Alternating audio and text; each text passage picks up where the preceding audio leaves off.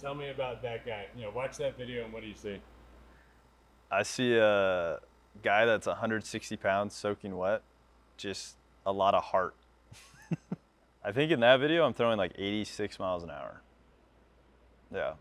Is that going to cut it? Nope. Not one bit. Here's the stretch of the pitch. Swing and a miss. Swung on and missed. Swung on and missed. It's called strike three. Called strike three. And that will do it. And the ball game is over. And the ball game is over.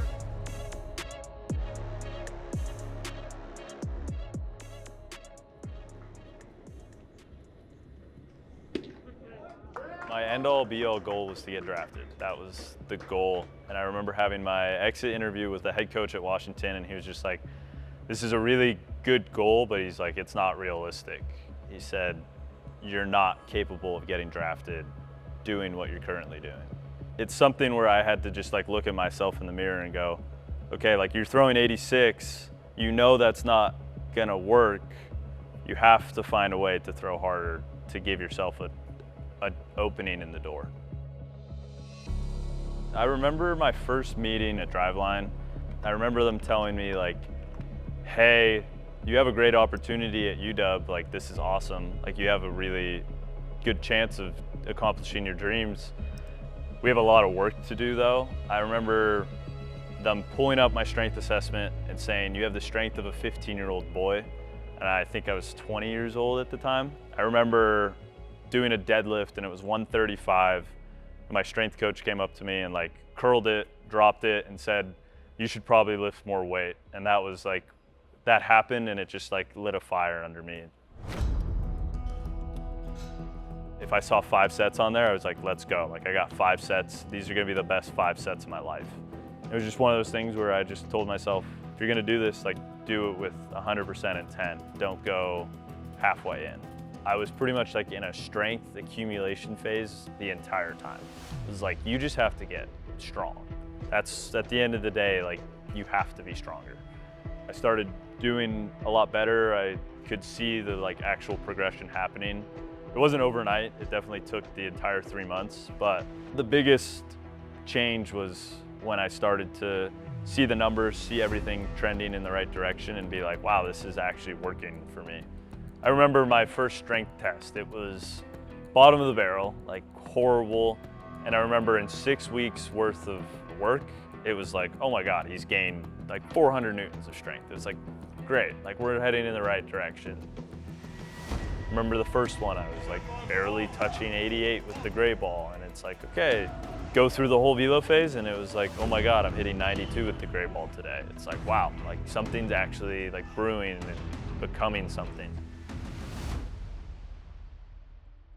When I left Driveline in the summer of 2021, I knew I was going to play like a pivotal part in our season, but I didn't know to what extent. It turned out to me closing a bunch of games for us and being one of the best pitchers in the Pac-12 at the time. I would go 3 innings on a Friday night to close out the game, and then I would be back to start for 4 innings on Sunday.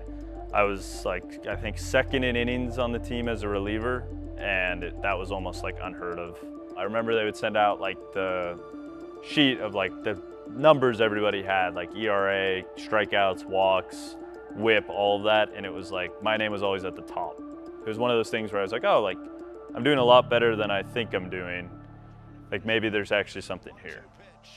Swing and a miss.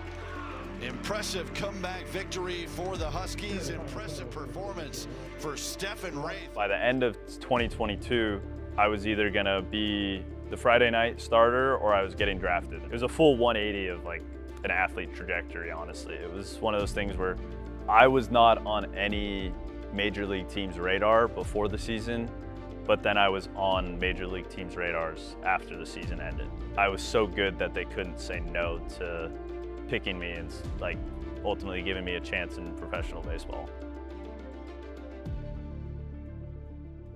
The first couple years you're in professional baseball, you're walking on eggshells, you're trying to just like get accustomed to your surroundings and understand who you are, like what you're like around different people. And going into my 4th year now, it's one of those things where it's like, okay, like I understand what I do really well and I understand what I don't do well at.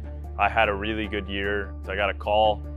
They're like, hey, like, we'd really want you to go represent the Mariners in the Fall League. And it was one of those things where I was like, let's go. Like, this is an incredible opportunity. And I know that what I've been doing is gonna work everywhere I go. And I think a lot of that stemmed from I had trusted all the training that I was doing at Driveline. And I think when you look back at 5 years worth of training data, it's like, that's a whole different person in 2021, even in 2022 to now.